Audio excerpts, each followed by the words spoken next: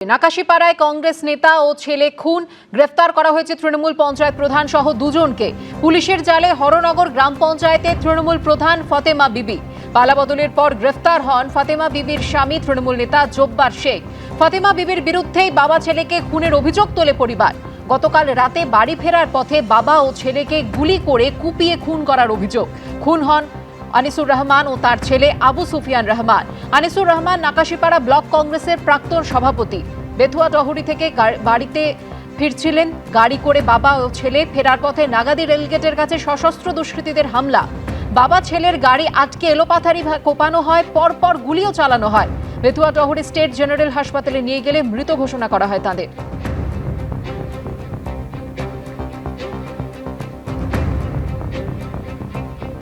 গতকাল রাতে বেথুয়া টহরি থেকে গাড়িতে করে বাড়ি ফিরছিলেন বাবা ও ছেলে।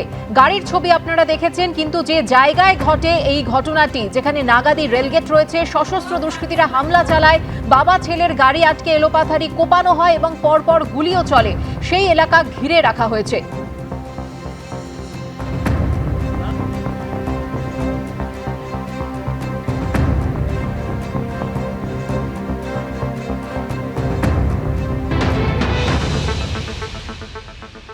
আন্ডারপাস থেকে বেরিয়ে গাড়িটি ঠিক এই জায়গায় আসার পরপরই হামলার মুখে পড়ে এবং আশপাশের বাড়ির যারা লোকজন রয়েছেন তাদের বক্তব্য যে ৯টা নাগাদ তারা একটা আওয়াজ পান এবং সেটা হচ্ছে পটকা ফাটার মতো তারা একটা আওয়াজ পান, কিন্তু ভয়েতে তারা বেরোননি।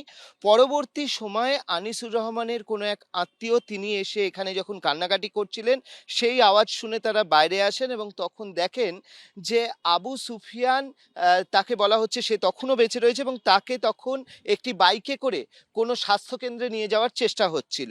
কিন্তু পুরো হামলাটা হয়েছে ঠিক এই জায়গাতে এবং যখন হামলা হয়েছে রাত্রির ৯টা নাগাদ তখন প্রায় এই জায়গা শুনশান হয়ে যায়।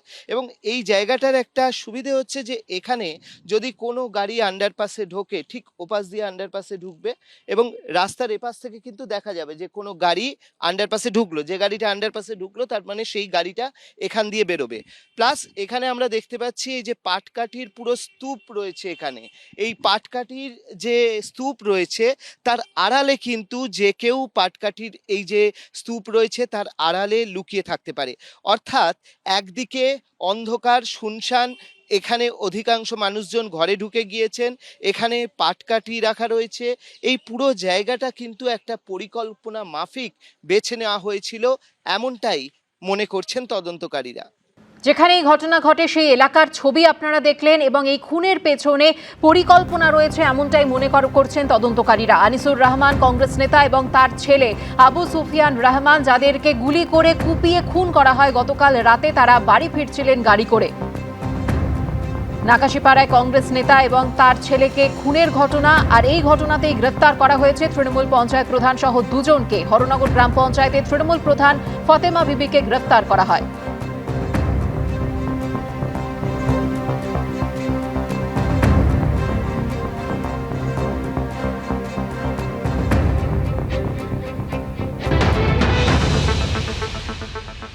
হিংসা কিছুতেই আমরা বরদাস্ত করব না, সেজন্য এটাও খুব সিরিয়াসলি সরকারকে দেখা উচিত। পুরনো ঝগড়া ঝাঁটি রাজনীতিতে এবং এই ধরনের খুন আগে অনেক হয়েছে, এগুলো আর চলবে না।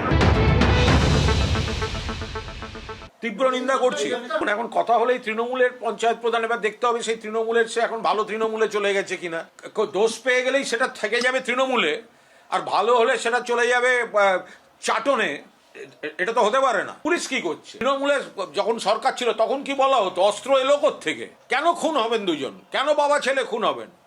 কংগ্রেসের যারা খুন হয়েছেন এই ঘটনার তীব্র নিন্দা করছি।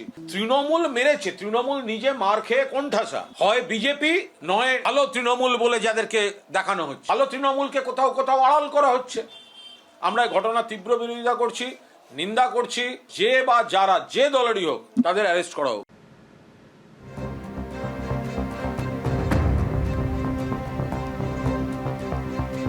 নাকাশিপাড়ায় কংগ্রেস নেতা এবং তার ছেলেকে কুপিয়ে গুলি করে খুন করার ঘটনা, যে ঘটনায় পঞ্চায়েত প্রধান সহ দুজনকে গ্রেফতার করেছে পুলিশ। গাড়িটির ছবি আপনারা দেখতে পাচ্ছেন। এই গাড়িতে করেই গতকাল রাতে বাড়ি ফিরছিলেন কংগ্রেস নেতা এবং তার ছেলে যখন ঘটে এই ঘটনা। এবিপি আনন্দ, এগিয়ে থাকে, এগিয়ে রাখে।